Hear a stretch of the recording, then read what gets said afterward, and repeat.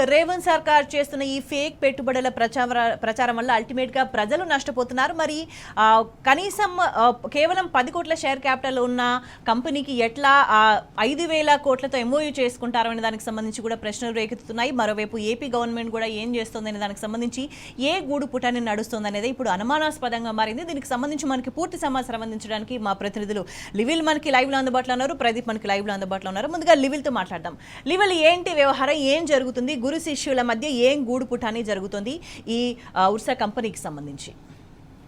ఇవాళ ఏదైతే రేవంత్ సర్కార్ 17 నెలల పాలన మొత్తం కూడా గాల్లోనే తేలుతుంది తప్ప ఇంకోటి లేదు. ఏదైతే ఆయన ఢిల్లీ పర్యటనలు చేస్తే లేదంటే విదేశీ పర్యటనలు, ఇంతకు మించి పాలన కొనసాగించేది లేదు, రాష్ట్రానికి పెట్టుబడులు తెచ్చేది లేదనేది ప్రధానంగా చర్చించుకోవచ్చు. వాళ్ళ ఆయన ఏదైతే దావోస్ పర్యటన ప్రభుత్వం రాగానే ఆనాడు దావోస్ పర్యటనకి వెళ్ళారు. తర్వాత మొన్న కూడా దావోస్ పర్యటనకి వెళ్ళి 1,000 కోట్ల పెట్టుబడులు వచ్చాయి, లక్షల కోట్ల పెట్టుబడులు తెచ్చాం. వాళ్ళ రాష్ట్రం తిరోగమనంలో కాదు, అభివృద్ధి పథంలో పోతుంది. దీనికోసం మేము ఫ్యూచర్ సిటీ, ఫోర్త్ సిటీ అని చెప్పేసి గొప్పలు చెప్పారు. కానీ వాళ్ళ తీరా ఆ కంపెనీలన్నీ కూడా కేవలం 100 కోట్ల కంపెనీలకు ఇలా 1,000 కోట్ల కంపెనీలతో 1,000 కోట్ల ప్రాజెక్టుల రూపంలో ఎంఓయూ చేసుకోవడం ఇవాళ హాస్యాస్పదంగా మారిపోయింది.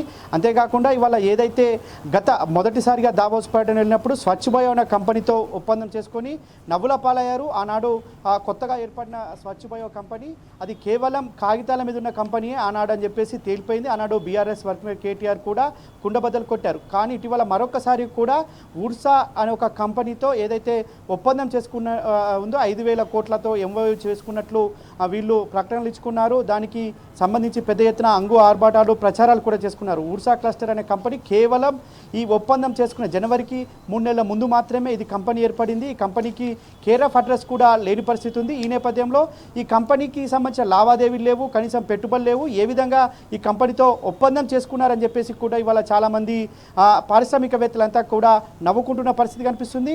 అంతేకాకుండా ఇది గురు శిష్యుల బంధానికి నిదర్శనంగా ఈ ఎంఓఎన్ కూడా ఇవాళ విమర్శనాస్త్రాలు వస్తున్నాయి. చంద్రబాబు ఏకంగా 60 ఎకరాల ల్యాండ్ను కూడా కేటాయించి నవ్వుల పాలవుతే ఇక్కడున్న ముఖ్యమంత్రి రేవంత్ రెడ్డి, అక్కడున్న చంద్రబాబు శిష్యుడిగా ఇక్కడ 5,000 కోట్ల పెట్టుబడి కింద ఎంఓయూ చేసుకోవడం హాస్యాస్పదంగా మారిపోయింది. ఇదంతా గాల్లో మెడలు కట్టినట్టే ఉంది తప్ప ఇంకోటి కాదనేది కూడా ప్రధానంగా చర్చ జరుగుతుంది. వల్ల ఏది ఏమైనా గత 10 సంవత్సరాల పాలనలో అభివృద్ధి పథంలో ఐటీ రంగంలో కావచ్చు, ఇతర రంగాల్లో పెట్టుబడుల్లో మొదటి స్థానంలో ఉంటే ఇవాళ ఏదైతే రేవంత్ రెడ్డి ప్రభుత్వం ఏర్పడిన తర్వాత ప్రజాపాలన చెప్పుకుని ఇందిరమ్మ పాలన చెప్పుకుంటున్న ఈ పాలనలో పూర్తిగా అభివృద్ధి తిరోగమనంలో ఉంది. కంపెనీలన్నీ కూడా కాగితాలకే పరిమితం తప్ప ఎక్కడ కూడా ఎస్టాబ్లిష్మెంట్ లేదు, కనీసం కూడా గ్రౌండ్ వర్క్ చేసిన పరిస్థితి కూడా లేదు. అవన్నీ ఎంఓయూలు కూడా కేవలం పదుల సంఖ్యలో ఉండే కోట్ల సంఖ్యలో ఉండే కంపెనీలను 5,000 కోట్లు, 6,000 కోట్లు, 10,000 కోట్ల పెట్టుబడులు అని చెప్పేసి అంకెల గాడే తప్ప ఎక్కడ కూడా అభివృద్ధికి శూన్యమని చెప్పుకోవచ్చు. దీంతో మరొకసారి ఈ తెలంగాణ సమాజాన్ని, తెలంగాణ ప్రతీకను కూడా ఇవాళ దెబ్బతీసే విధంగా రేవంత్ రెడ్డి ఒప్పందాలు ఉన్నాయని చెప్పేసి కూడా పలువురు పారిశ్రామికవేత్తలు నవ్వుకుంటున్న పరిస్థితి.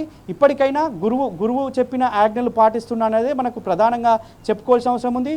తెలంగాణ రాష్ట్రానికి కావాల్సిన అనేక విషయాల్లో కూడా గురువుకు క్వశ్చన్ చేయడం కావచ్చు, పక్క రాష్ట్రం దోచుకెళ్తూనే అడగలేని స్థితిలో ఉన్న రేవంత్ రెడ్డి ఆ గురువు చెప్పిన కంపెనీలతో మాత్రం అసలు లాభాలు లేదు, కేర్ ఆఫ్ అడ్రస్ లేదు. అలాంటి కంపెనీలతో ఒప్పందాలు కుదుర్చుకొని ఎవరికి మేలు జరుగుతుంది, ఎవరికి లాభం జరుగుతుంది, ఎవరి స్వలాభం కోసం ఈ పనులు చేస్తున్నాడని చెప్పేసి కూడా ఇవాళ పారిశ్రామికవేత్తలు అయితే చెప్తున్న పరిస్థితి కనిపిస్తుంది. దావోస్ పర్యటన కావచ్చు, ఇవాళ జపాన్ పర్యటన కావచ్చు, అంతకుముందు దావోస్ పర్యటన కావచ్చు, ఇతర దేశాల్లో పర్యటనలు అన్నీ కూడా ఉత్త గాలి మాటలు, డొల్లతనమే అని చెప్పేసి తేలిపోయిందని చెప్పేసి కూడా వాళ్ళ పారిశ్రామికవేత్తలంతా అంటే గతంలో పెట్టుబడులు పెట్టినామని చెప్పుకున్న కంపెనీలకు సంబంధించి ఇప్పటి వరకు జాడా పత్తా లేని పరిస్థితి. సో ఇదంతా కూడా ప్రధానంగా షెల్ కంపెనీలకి మళ్లించడానికి, నిధులను దారి మళ్లించడానికి ఒప్పందాలు చేస్తున్నట్టుగా ప్రచారం చేసుకోవడానికి ఇదంతా వ్యవహారం నడుస్తుందన్న అనుమానాలు కూడా కలుగుతున్నాయి. ఖచ్చితంగా ఇవాళ ఏదైతే రేవంత్ రెడ్డి చెప్తున్న కంపెనీలన్నీ కూడా షెల్ కంపెనీలుగానే భావించాల్సి ఉంటుందని చెప్పేసి పారిశ్రామికవేత్తలు చెప్తున్నారు. ఏ కంపెనీ కూడా ఇవాళ ఒప్పందాలే తప్ప ఎక్కడ కూడా గ్రౌండ్ చేయట్లేదు, ఉద్యోగాల కల్పన లేదు. కనీసం ఎక్స్పోర్ట్ అంటే ఆ కంపెనీ ఇక్కడ స్థాపించి ఇక్కడ నుంచి ఇతర దేశాలకు కావచ్చు, ఇతర రాష్ట్రాలకు ఎగుమతులు చేసిన పరిస్థితి కూడా లేదు. అలాంటిది కేవలం స్వలాభం కోసం, ఆర్థిక ప్రయోజనాల కోసం, వ్యక్తిగత ప్రయోజనాల కోసమే ఈ కంపెనీలను ఎస్టాబ్లిష్మెంట్ అంటే ఎంఓయూ కుదుర్చుకోవడం, ఆ తర్వాత గాలి వదిలేయడమే తప్ప ఇంకోటి లేదనేది కూడా వాళ్ళ ప్రధానంగా విమర్శలు వస్తున్నాయి. అది కూడా ఏపీ అంటే ముఖ్యమంత్రి ఏపీ ముఖ్యమంత్రి చంద్రబాబు చెప్పిన కంపెనీలకు ఇక్కడ వారికి స్థలాలు కేటాయించడం కావచ్చు, వాళ్ళకు రాయితీలు ఇవ్వడం కావచ్చు, వారిని ఇక్కడ ప్రోత్సహించడం కూడా జరుగుతుంది అనేది కూడా వాళ్ళ తాజాగా జరుగుతుంది. అనేక విదేశీ కంపెనీలకు పెట్టుబడులు గత 10 సంవత్సరాల్లో విదేశీ కంపెనీల పెట్టుబడులు ఆకర్షించే విధంగా నాటి బీఆర్ఎస్ ప్రభుత్వం పాలన కొనసాగిస్తే వాళ్ళ కనీసం అడ్రస్ లేని పక్క రాష్ట్రం ముఖ్యమంత్రి ఆ పక్క రాష్ట్రం నేతలు లేదంటే వాళ్ళ కాంగ్రెస్ హైకమాండ్ చెప్పిన కంపెనీలకు ఇవాళ గంపగుత్తగా భూములు అప్పగించడం, గంపగుత్తగా వారికి పెట్టుబడులకు ప్రోత్సాహాలు ఇచ్చడం అనేది జరుగుతుందంటే ఖచ్చితంగా దీని వెనకాల పెద్ద తతంగమే ఉందని చెప్పేసి కూడా విమర్శలు వస్తున్నాయి. ఇది ఉద్యోగ కల్పన కాదు, కేవలం జేబులు నింపుకోవడం మాత్రమే ఈ కంపెనీల సృష్టి. కంపెనీలతో ఎంఓయూలను కూడా ఇవాళ ప్రధానంగా చర్చ జరుగుతుంది. ఏదేమైనప్పటికీ ఇవాళ దావోస్ పర్యటన కావచ్చు, జపాన్ పర్యటన కావచ్చు, ఇంకో దేశంలోని ఇంకో రాష్ట్ర పర్యటన ఏవైనా ఉత్త గాలి మాటలు, డొల్లతనం, పూర్తిగా వాస్తవానికి దూరంగా అవాస్తవాలకు దగ్గరగా ఉండే తీరే తప్ప ఇంకోటి లేదనేది కూడా ప్రధానంగా చర్చ జరుగుతుంది. ఇవాళ ఏదైతే విదేశీ పెట్టుబడులతో విదేశాల్లో పర్యటనలు తప్ప ఇంకోటి కాదనేది కూడా మనం జగమెరిన సత్యం అని చెప్పేసి కూడా ఇవాళ పారిశ్రామికవేత్తలు చెప్తున్నారు. వాళ్ళ యావత్ తెలంగాణ స్వరాష్ట్రంలో ఆనాడు పెట్టుబడుల స్వర్గధామంగా ఉండే, కానీ వాళ్ళ అనేక కంపెనీలు గతంలో తీసుకున్న ఒప్పందాలు ఇక్కడ గ్రౌండింగ్ అయిన కంపెనీలు కూడా ఎక్స్పాన్షన్ చేయలేని స్థితిలో ఉన్నాయి. చాలా కంపెనీలు ఇటు తమిళనాడుకు తరలిపోతున్నాయి, ఇటు బెంగళూరుకు తరలిపోతున్నాయి, ఇతర రాష్ట్రాలకు తరలిపోతున్న పరిస్థితి కనిపిస్తుంది. కానీ ఇక్కడ కేవలం షెల్ కంపెనీలకు అప్పటికప్పుడు పుట్టుకొచ్చిన కంపెనీలతో ఎంఓయూ కుదుర్చుకొని ఎవరి స్వలాభం కోసం అనేది వాళ్ళ ప్రధానంగా చర్చ జరుగుతుంది. అంతేకాకుండా ఇవాళ తెలంగాణలో ఉద్యోగ కల్పన అంటున్నారు. ఎవరికి ఉద్యోగాలు కల్పిస్తున్నారు?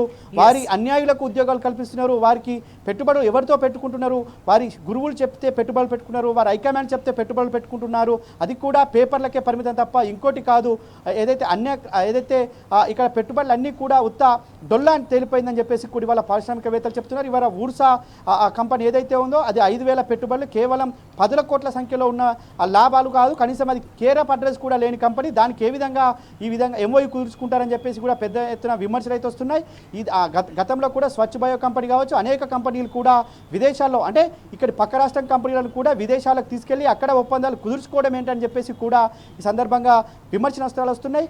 గతంలో రేవంత్ రెడ్డి ప్రతిపక్ష నేతగా ఉన్నప్పుడు ఏవైతే మాటలు మాట్లాడే ఇవన్నీ కూడా ఇవాళ రిపీట్ చేసి ఆయనకే సూటిగా తగిలేలా ఉన్నాయని చెప్పేసి కూడా ఇవాళ నెటిజన్స్ అంతా కూడా కామెంట్ చేస్తున్న పరిస్థితి కనిపిస్తుంది. మొత్తానికి రేవంత్ పాలన మొత్తం గాల్లోనే తేలుతుంది తప్ప గ్రౌండింగ్ అయితే లేదనేది మనం ప్రధానంగా చర్చించుకోవాల్సిన అవసరం అయితే స్పష్టంగా కనిపిస్తుంది. స్వేచ్ఛ.